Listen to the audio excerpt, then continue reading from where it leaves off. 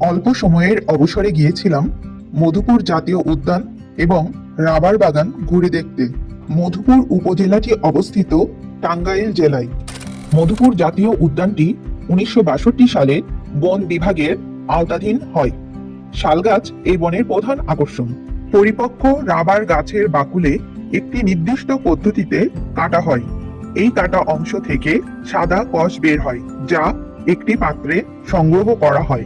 Rubber বাগান থেকে কিছুটা দূরে রয়েছে সুবিশাল রাবার কারখানা।